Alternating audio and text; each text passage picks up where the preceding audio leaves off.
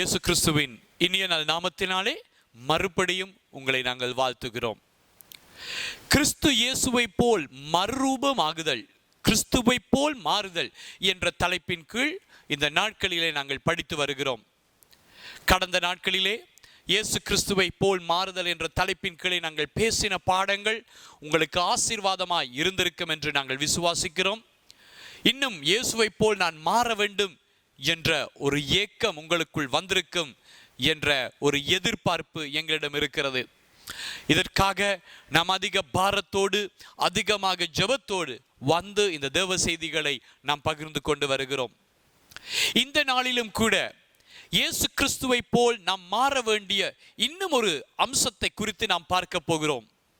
இது மிக மிக முக்கியமான ஒரு காரியம் என்று நான் கருதுகிறேன். அதுதான் கிறிஸ்து இயேசு எப்படி மன்னித்தாரோ அதே போல தேவனுடைய பிள்ளைகளாக கிறிஸ்து இயேசுவினுடைய சீஷர்களாக நாமும் மன்னிக்க வேண்டும். கிறிஸ்துவை போல் அந்த மன்னிக்கும் சுபாவம் எங்களுக்குள்ளே உண்டாக வேண்டும். அப்படிப்பட்ட ஒரு மறுரூபமாக்குதல் எமக்குள்ளே வர வேண்டும் என்ற தலைப்பின் கீழே இன்றைக்கு உங்களோடு நான் பேச விரும்புகிறேன். கர்த்தர் தாமே உங்களோடு இடைப்படுவார், உங்களோடு பேசுவார் என்று நான் விசுவாசிக்கிறேன், நம்புகிறேன். இன்றைக்கு உலகத்தை எடுத்து பார்த்தால், இன்றைக்கு நீங்கள் செய்திகளை கேட்கும் போது, பத்திரிகைகளிலே செய்திகளை வாசிக்கும் போது, உலகம் முழுவதிலும் பகைகளும் கொலைகளும், இன்றைக்கு நாம் இப்படி சொல்லலாம் என்று யோசிக்கிறேன், உலகம் கசப்பினால் பழிவாங்கதினால் நோய் கொண்டிருக்கிறது என்று நான் சொல்ல முடியும். உலகம் கசப்புக்கள் வைராக்கியங்கள் பழிவாங்குதலினால் இன்றைக்கு நோய் கொண்டிருக்கிறது. கொரோனா என்ற பிரச்சனையை விட கசப்பு வைராக்கியத்தினால் வெறி கொண்டவர்களாக ஒருவரை ஒருவர் கொலை செய்வதும் பழி வாங்குவதும் ரகசியமாக திட்டமிட்டு மற்றவர்களை வஞ்சிப்பதும், இப்படிப்பட்ட அநேக காரியங்களை இந்த நாட்களில் நாங்கள் செய்திகளை பார்க்கிறோம். இன்றைக்கு பார்த்து அநேக நேரங்களிலே கலங்கி போகிற நேரங்கள் உண்டு. இந்த மனுக்குலம் மனிதர்கள் ஏன் இப்படி செய்கிறார்கள், ஒரு மனிதனுடைய உயிரை இப்படி எடுக்கிறார்கள் என்று நினைக்கும் போது அது மிகவும் யோசிக்க முடியாத ஒரு விடயமாக காணப்படுகிறது. ஆகிலும் இன்றைக்கு உலகத்திலே மட்டுமல்ல, இன்றைக்கு சபையை எடுத்துக்கொண்டால், தேவனுடைய பிள்ளைகளை எடுத்துக்கொண்டாலும் இன்றைக்கு இந்த கசப்புக்கள் கோபங்கள் வைராக்கியங்கள் மிக அதிகமாய் நிரம்பி இருக்கிறதை நாம் பார்க்க முடியும். ஆம், நாம் பல உபதேசங்களை உபதேசிக்கிறோம், அநேக செய்திகளை கேட்கிறோம். சில சபைகள் அந்நிய பாஷைகளை பேசுகிறார்கள், சில சபைகள் அந்நிய பாஷைகள் தேவையில்லை என்று சொல்லுகிறார்கள், பரிசுத்த ஆவியை நம்புகிறார்கள், சிலர் நம்புவதில்லை. இப்படிப்பட்ட வித்தியாசங்கள் பலதுண்டு. ஆனால் பகை என்று வரும்போது அநேக தேவனுடைய பிள்ளைகளுடைய வாழ்க்கையிலே பகைகள் கசப்புக்கள் வைராக்கியங்களை நாம் பார்க்கிறோம். ஒரு காணிக்காக ஒரு சகோதரனோடு பிரச்சனை, குடும்பத்திலே ஒரு காணி, ஒரு நிலப்பரப்புக்காக, ஒரு வாகனத்துக்காக, ஒரு வீட்டுக்காக, பணத்துக்காக அவர்கள் கசப்பு வைராக்கியங்களை வைப்பதையும், திட்டமிட்டு ஒருவரை ஒருவர் பகைப்பதையும், கொலை செய்யும் அளவுக்கு போவதையும் நாங்கள் பார்த்து வேதனைப்படுகிறோம். இன்றைக்கு நாம் பத்திரிகைகளை பார்க்கும் போது, நாம் ஆராய்ச்சியாளர்கள் செய்த ஆராய்ச்சிகளை தேடி பார்க்கும் போது, கிட்டத்தட்ட ஒரு நாளைக்கு 400 விவாகரத்துக்கள், கிட்டத்தட்ட 400க்கும் மேற்பட்ட விவாகரத்துக்கள் ஒரு நாளைக்கு ஏற்படுகிறது. சற்று யோசித்து பாருங்கள். கிறிஸ்தவ குடும்பங்களிலே கூட இன்றைக்கு விவாகரத்துக்கள், இது இன்றைக்கு ஒரு கலாச்சாரமாக மாறிவிட்டது. இன்றைக்கு விவாகரத்து பண்ணுவதென்றால் அது ஒரு பெரிய ஒரு ஆடம்பரம் போல இன்றைக்கு விவாகரத்துக்குள் போகிறார்கள். பிள்ளைகள் அனாதைகளாக திரிகிறார்கள். இவை எல்லாவற்றுக்கும் தீர்வுதான் என்ன? இந்த தீர்வாகிய திறவுகோலை தேவன் சபையின் கையிலே தான் கொடுத்திருக்கிறார். இன்றைக்கு வர வர யுத்தங்கள் பண்ணுவதற்காக பல நாடுகள் அணு குண்டுக்களை ஆராய்ந்து பார்க்கிறது, பரிசோதித்து பார்க்கிறது. இன்னும் அநேக யுத்த ஆயுதங்களை ஒவ்வொரு நாடுகளும் போட்டியாக அவர்கள் உற்பத்தி செய்து வருகிறார்கள். யுத்தங்களுக்கு ஆயத்தமாகி கொண்டிருக்கிறார்கள்.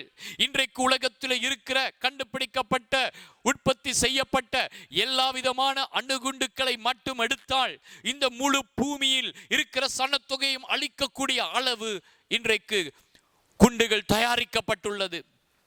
அப்படிப்பட்ட ஒரு பயங்கரமான காலத்திலே வாழுகிறோம். அப்படி என்றால் இந்த உலகத்திற்கு மருந்துதான் என்ன? இந்த பிரச்சனைகளுக்கு தீர்வுதான் என்ன? இது அரசியல்வாதிகளின் கைகளிலே இல்ல, இது தேவனுடைய பிள்ளைகள், தேவனுடைய வசனத்தை கேட்கிற கர்த்தருடைய நாமம் தரித்த கிறிஸ்தவ ஜனங்களிடத்திலே தான் இந்த மருந்து இருக்கிறது. ஆகவே தான் இயேசு ஒரு முறை சொன்னார், நீங்களே பூமிக்கு உப்பா இருக்கிறீர்கள். உப்பானது சாரமற்று போனால் எதினால் சாரமாக்கப்படும்? உப்பா இருக்க வேண்டிய நாங்களே எங்களுடைய வீடுகளுக்குள்ளே கசப்புகளும் பிரிவினைகளும், சில நேரங்களில் தேவனுடைய பிள்ளைகளுடைய வீட்டிலே விவாகரத்துக்கள், ஊழியர்களுடைய குடும்பங்களிலே கூட இன்றைக்கு விவாகரத்துக்கள். காரணம் என்ன? They are unable to forgive. அவர்களால் மன்னிக்க முடியவில்லை. ஒருவர் செய்த தவறுகளை ஒருவர் மன்னிக்க முடியாமல் போகிறது நிமித்தமாகவே இன்றைக்கு இப்படிப்பட்ட ஒரு சூழ்நிலை. வேதத்தில் இருந்து ஒரு வசனத்தை வாசித்து நான் ஆரம்பிக்கிறேன். எபேசியருக்கு எழுதின நிருபம் 4வது அதிகாரம் 32வது வசனம். அந்த முழு பகுதியையும் நீங்கள் வீடுகளிலே வாசிக்கலாம். ஆகிலும் 32வது வசனத்தை மட்டும் உங்களுக்கு கொஞ்சம் காண்பிக்கிறேன். ஒருவருக்கொருவர் தயவாகவும் மன உருக்கமாகவும் இருந்து கிறிஸ்துவுக்குள் தேவன் உங்களுக்கு மன்னித்தது போல நீங்களும் ஒருவருக்கொருவர் மன்னியுங்கள். கிறிஸ்து இயேசுவுக்குள் தேவன் எங்களை எப்படி மன்னித்தாரோ அதே வண்ணமாக நீங்களும் ஒருவரை ஒருவர் மன்னியுங்கள். இன்றைக்கு விவாகரத்துக்கு தீர்வு என்ன? மன்னிப்பு. ஒரு குடும்ப வாழ்க்கையில வெற்றியாய் வாழ வேண்டுமா? அதற்கு தீர்வு என்ன? மன்னிப்பு. இன்றைக்கு குடும்ப வாழ்க்கை எப்படி நடத்துவதென்று சரித்திரத்திலே ஒரு நாளும் இல்லாத அளவுக்கு புத்தகங்கள். ஆனால் குடும்ப வாழ்க்கையிலே அநேகர் தோல்வி அடைகிறார்கள். காரணம் என்ன தெரியுமா? வேதம் சொல்லுகிற அந்த ரகசியம், வேதம் சொல்லுகிற அந்த மருந்தை நாம் அறியாதிருக்கிறபடினாலே. அதுதான் மன்னிப்பு. எந்த அணுகுண்டையும் விட மிகவும் வலிமை வாய்ந்த ஒரு ஆயுதம் தான் மன்னிப்பு. இந்த உலகத்திலே பல பேரரசர்கள் பல காரியங்களை பாவித்தார்கள், ஆயுதங்களை பாவித்தார்கள், யுத்தம் செய்தார்கள். ஆனாலும் நமது கர்த்தராகிய இயேசு கிறிஸ்து இந்த பூமிக்கு வந்து தன்னுடைய ஜீவனை கொடுத்து தன்னுடைய மன்னிப்பின் மூலமாக மனிதனை வென்றெடுத்தார். அதுவே வலிமை வாய்ந்த ஆயுதம். இயேசு கிறிஸ்துவினுடைய அந்த மன்னிக்கும் குணாதிசயத்தை கொஞ்சம் காட்டி கொடுத்து நான் கடந்து செல்ல விரும்புகிறேன். லூக்காவின் சுவிசேஷம் 23வது அதிகாரம் 33வது வசனத்திலே இருந்து இப்படியாய் சொல்லப்படுகிறது. கபால ஸ்தலம் என்று சொல்லப்பட்ட இடத்தில், அதாவது கொல்கொதா, கல்வாரி என்று சொல்லுவோமே, அந்த கல்வாரியிலே இயேசு 2 பக்கமும் குற்றவாளிகளோடு சிலுவையிலே அறையப்பட்டிருக்கும் ஒரு சூழ்நிலை. 34வது வசனம், லூக்கா 23:34. அப்பொழுது இயேசு, பிதாவே இவர்களுக்கு மன்னியும், தாங்கள் செய்கிறது இன்னதென்று அறியாதிருக்கிறார்கள் என்றார்.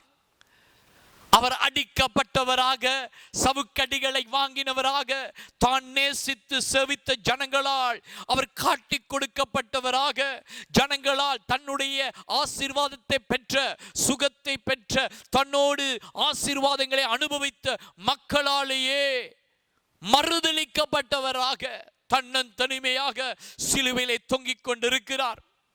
ஈட்டினால் குத்துகிறார்கள், சவுக்கடிகளை அடித்திருக்கிறார்கள், தலையிலே முள்முடி வைக்கப்பட்டது, முழு சரீரத்திலும் இரத்தம் ஓடுகிறது. காயப்பட்டவராக, தனிமைப்பட்டவராக, வாழ்க்கையில எல்லாம் இழந்தவராக, ஒன்றுமில்லாத அந்த நிலைமையிலே சிலுவையிலே தொங்கிக் கொண்டிருக்கும் போது ஒரு பக்கத்திலே அங்கே இருந்த ஆசாரியர்களும் மக்களும் வந்து பரியாசம் பண்ணி, இவன் எல்லாரையும் விடுவித்தான், இவனை தன்னை தானே விடுவிக்கட்டும் என்று அவர்கள் கூக்குரலிட்டு போகிற அந்த நேரத்திலே ஆண்டவராகிய இயேசு சிலுவையிலே தொங்கும் போது அவர் ஜெபித்த மிக வல்லமையான ஒரு ஜெபம். அவர் சொன்ன கூற்றுக்களிலே உலகத்தை அசைக்கும் ஒரு கூற்று இதுதான். அதுதான், பிதாவே இவர்களை மன்னியும். அத்தனை வேதனைப்படுத்தும் போதும், அத்தனை தனிமைப்படுத்தப்பட்ட போதும், தன் சத்துருக்களையும் தனக்கு தீமை செய்தவர்களையும் பிதாவை மன்னியும் என்று சொல்லுகிற அந்த கிறிஸ்துவின் சுபாவம் கிறிஸ்தவர்களாகிய எங்களுக்குள் இன்றைக்கு கடந்து வருவதாக.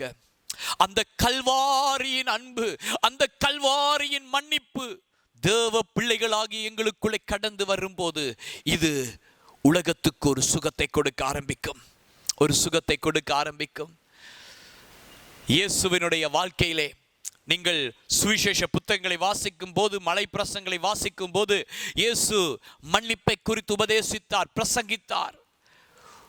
உங்களுக்கு தீமை செய்கிறவர்களுக்கு நன்மை செய்யுங்கள், ஒரு கன்னத்தில் ஒருவன் உங்களை அறைந்தால் மறு கன்னத்தை கொடுங்கள், உங்கள் சத்துருக்களை மன்னியுங்கள், அவர்களுக்கு நன்மை செய்யுங்கள் என்று கற்றுக் கொடுத்த அந்த ஆண்டவர் இப்பொழுது சிலுவையிலே தொங்கும் போது அதை தன் வாழ்க்கையிலே பிராக்டிக்கலாக நடைமுறையிலே காண்பிக்கிறார். நீங்களும் நானும் ஆராதிக்கிற இந்த ஆண்டவர் அவரே. எத்தனை ஆச்சரியம்! அவருக்கு ஒப்பான ஒரு தேவன் வேறு யாருமே இல்லை. ஹல்லேலூயா! அவருக்கு ஒப்பானவர் யாருமே இல்லை. அவரை போல மன்னித்தவர்கள் யாருமே இல்லை. அந்த மன்னிப்பினாலேயே நீங்களும் நானும் இந்த இடத்துல நின்று கொண்டிருக்கிறோம். இந்த மன்னிப்பின் சுபாவம் எங்களுக்குள்ளே கடந்து வரும்போது இது தேசத்துக்குள் அசைவை உண்டு பண்ணும். நான் இன்னும் ஒரு வசனத்தை உங்களுக்கு கொஞ்சம் காண்பித்து கொடுத்து நான் மன்னிப்பை குறித்து ஒரு சில கதைகளை உங்களுக்கு சொன்னால், உண்மையான சம்பவங்களை சொன்னால் அது உங்களுக்கு பிரயோஜனமாய் இருக்கும் என்று நான் விசுவாசிக்கிறேன். இந்த மன்னிப்பு ரைட், ஓகே, சில கிறிஸ்தவர்களுக்கு இருக்கலாம், இல்லாமல் இருந்தால் பரவாயில்லை, இட்ஸ் an ஆப்ஷன். அது ஒரு தெரிவு என்பது அல்ல, அது ஒரு கிறிஸ்தவனுக்குள் இருக்க வேண்டிய கிறிஸ்துவின் சுபாவமே. மத்தேயு 18ஆம் அதிகாரத்திலே இயேசுவினுடைய சீஷனாகிய பேதுரு வந்து கேட்கிறார். மத்தேயு 18வது அதிகாரம் 21ஆம் வசனத்திலே வந்து கேட்கிறார், ஆண்டவரே, என் சகோதரன் எனக்கு விரோதமாய் அவன் தப்பு செய்யும் போது நான் அவனை எத்தனை தடவை மன்னிக்க வேண்டும்? 7 தரமா என்று கேட்கிறான். இயேசு சொல்லுகிறார், 7 தரம் அல்ல, 70 தரம் என்று சொல்லுகிறார். சொல்லிவிட்டு இயேசு ஒரு கதையை சொல்லுகிறார். 2 மனிதர்களுடைய ஒரு கதையை அவர் கூறுகிறதை, ஒரு உவமையை கூறுகிறதை நாங்கள் மத்தேயு 18ஆம் அதிகாரத்திலே நாம் பார்க்கலாம். என்னோடு கூட வாருங்கள், நான் கதையை சொல்லுகிறேன். நீங்கள் அறியாதவர்கள் வாசிங்கள், அறிந்தவர்கள் அதை கொஞ்சம் சற்று கவனியுங்கள். இது ஒரு முக்கியமான ஒரு காரியத்தை உங்களுக்கு இதை காண்பித்துக் கொடுக்கலாம் என்று நான் விரும்புகிறேன். 24ஆம் வசனத்தில் இருந்து நாம் பார்க்கும்போது, ஒரு மனிதன் இன்னும் ஒரு எஜமானிடத்திலே 10,000 தாலந்துகளை அவன் கடன்பட்டவனாயிருக்கிறான். ஒரு நாள் அந்த எஜமான் அவனை அழைத்து, நீ இதை செலுத்தாவிட்டால் நான் உன்னையும் உன்னுடைய குடும்பத்தையும் சிறைக்கு போடுவேன் என்ற ஒரு நிர்பந்த சூழ்நிலைக்குள் வரும்போது அவன் கெஞ்சி கேட்டு, எஜமானனே, என்னால் இதை கட்டுவதற்கு திராணி இல்லை, என்னால் கட்ட முடியாது, என் மேல் மனமிறங்கும் ஐயா என்று அவன் கெஞ்சின போது அந்த எஜமான் மனமிறங்கி அவனை விடுவித்து, நான் உன் கடனை மன்னிக்கிறேன், சமாதானத்தோடு போ என்று அனுப்பிவிடுகிறார். அனுப்பிவிட்ட உடனே இந்த 10,000 தாலந்துகளின் மன்னிப்பை பெற்றவன் இவன் போகும் வழியிலே தன்னிடம் கடன்பட்ட, அதுவும் 100 தாலந்துகள் கடன்பட்ட, 1000 அல்ல 100 தாலந்துகள் கடன்பட்ட ஒருவன் வருகிறான். அவனை பார்த்து அவனுடைய கழுத்தை பிடித்து, நீ எடுத்த கடனை எனக்கு தராவிட்டால் நான் உன்னை சிறையிலே போடுவேன் என்று அவனை சவாலிடும் போது, அவனை பயமுறுத்தும் போது அவன் கெஞ்சுகிறான், ஐயா, நான் கட்ட முடியாமல் இருக்கிறேன், நான் முடிந்த நேரம் உங்களை கட்டி விடுகிறேன், கொஞ்சம் தவணை தாருங்கள், என்னை மன்னித்து விடுங்கள் என்று அவன் கெஞ்சுகிறான். ஆனால் இந்த வேலைக்காரனோ இந்த மனிதனோ அவனை மன்னிக்க சித்தம் இல்லாமல் அவனை கொண்டு போய் சிறையிலே அடைத்து அவனை தண்டிக்கிறதை இயேசு அந்த சம்பவத்திலே சொல்லுகிறார். இப்படி நடக்கும்போது அந்த முதல் எஜமான் இதை கேள்விப்படுகிறான்.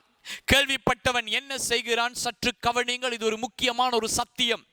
அந்த முதல் எஜமான் இதை கேள்விப்பட்ட போது இவனை அழைத்து, இவனுக்கு ஏற்கனவே இவன் செலுத்த வேண்டிய கடனை மறுபடியும், மன்னித்த கடனை மறுபடியும் செலுத்தும்படிக்காக சொல்லுகிறார்.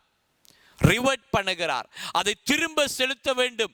மன்னிப்பை கொடுத்ததை அவர் திரும்ப எடுத்து அவர் சொல்லுகிறார், நீ செலுத்தித்தான் ஆக வேண்டும் என்று அவனை தண்டிக்கிறதை பார்க்கிறோம். இந்த சம்பவத்தை இயேசு சுவாமி சொல்லிவிட்டு அவர் ஒரு முக்கிய வசனத்தை சொல்லுகிறார். சற்று கவனிங்கள். 18வது அதிகாரம் 35வது வசனம், கடைசி வசனம். நீங்களும் அவனவன் தன் தன் சகோதரன் செய்த தப்பிதங்களை மனப்பூர்வமாய் மன்னியாமல் போனால் என் பரமபிதாவும் உங்களுக்கு இப்படியே செய்வார். இப்படியே செய்வார். இது சற்று எங்களை நடுங்க வைக்கிற ஒரு வசனம். என்ன இயேசு என்ன சொல்லுகிறார்?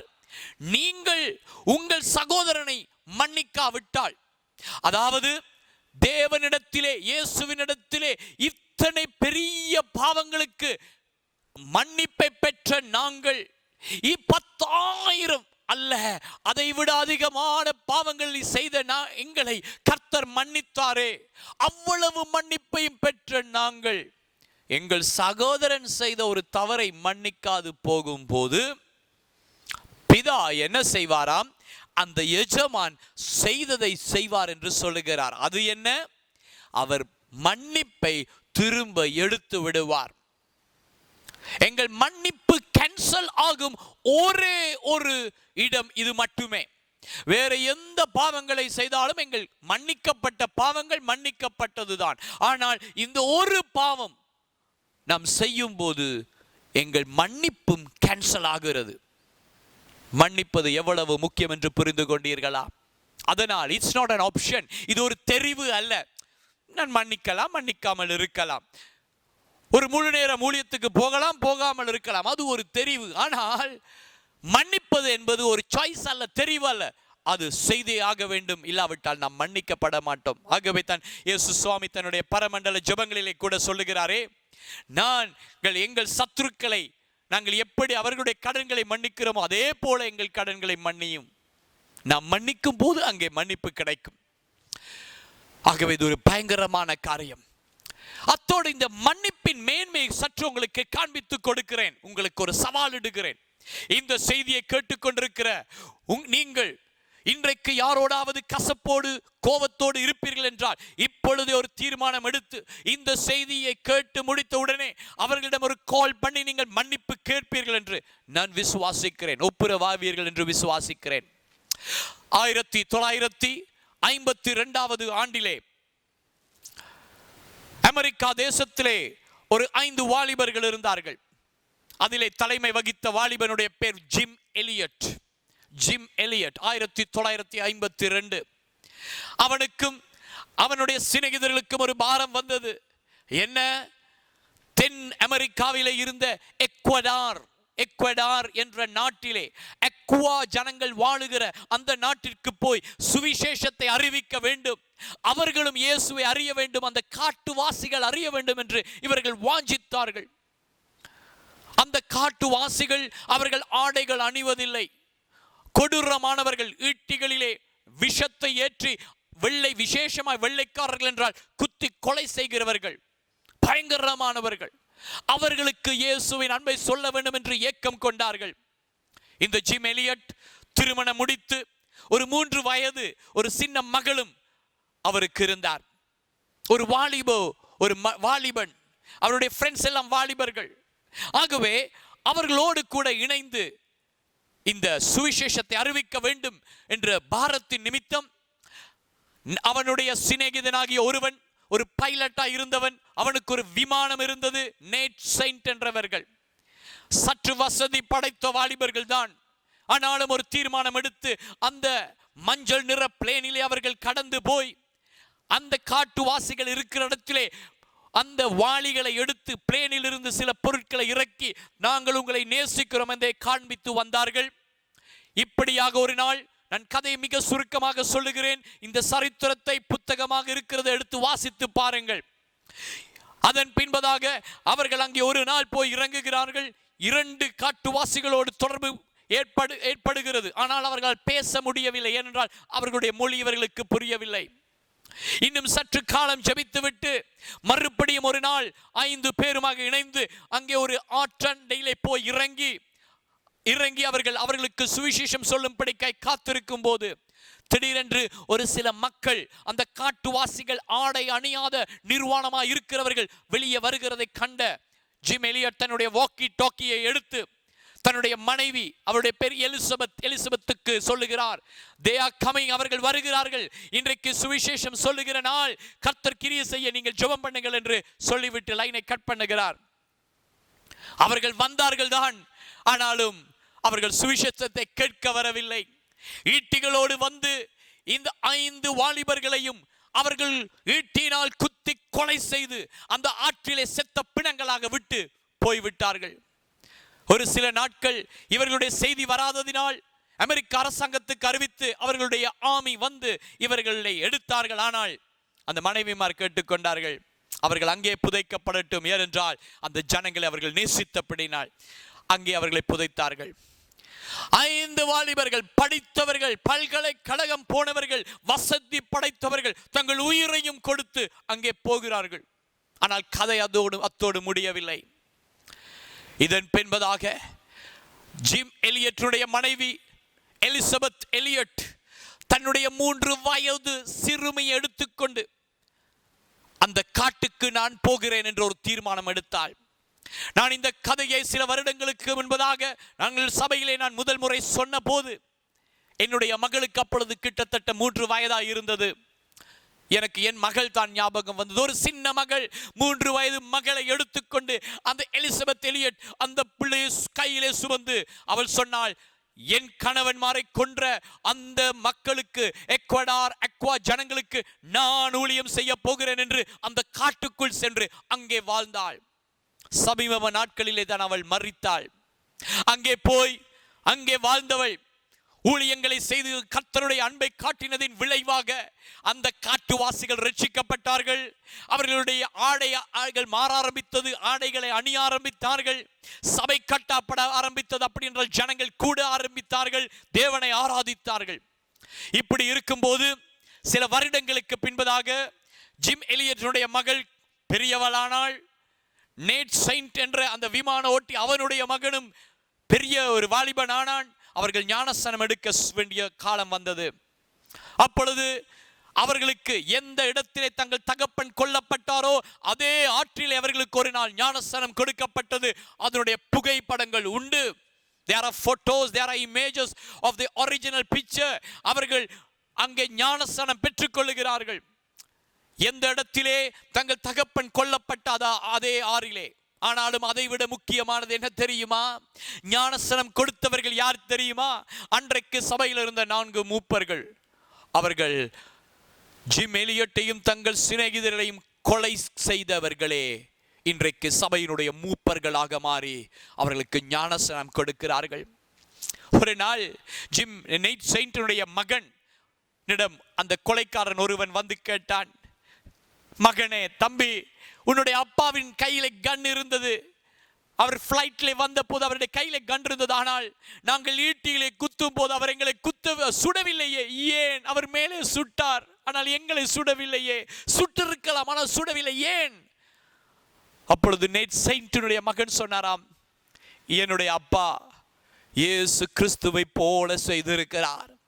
இயேசு கிறிஸ்துவை ஈட்டியால் குத்தினவர்களையும் அவர் மன்னித்தாரே, அதை தான் என்னுடைய தகப்பனும் செய்தார் என்று அவர்கள் சொன்னார்களாம். இப்படிப்பட்ட நேரம் இருக்கும் என்றால் எக்கச்சக்கமான ஏராளமான கதைகளை நான் அடுக்கிக் கொண்டே போகலாம்.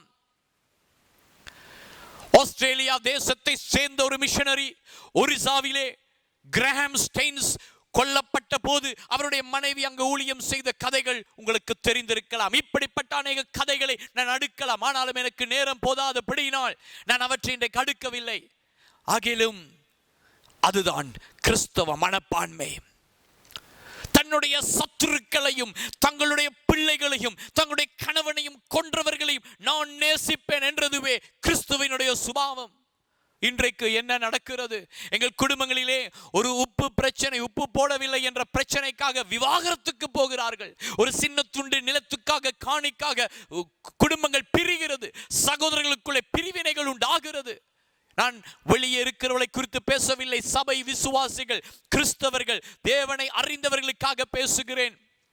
இன்றைக்கு என்ன தெரியுமா துக்ககரமான காரியம்? இன்றைக்கு சபைகளிலும் கூட இவற்றை பேசுவதில்லை.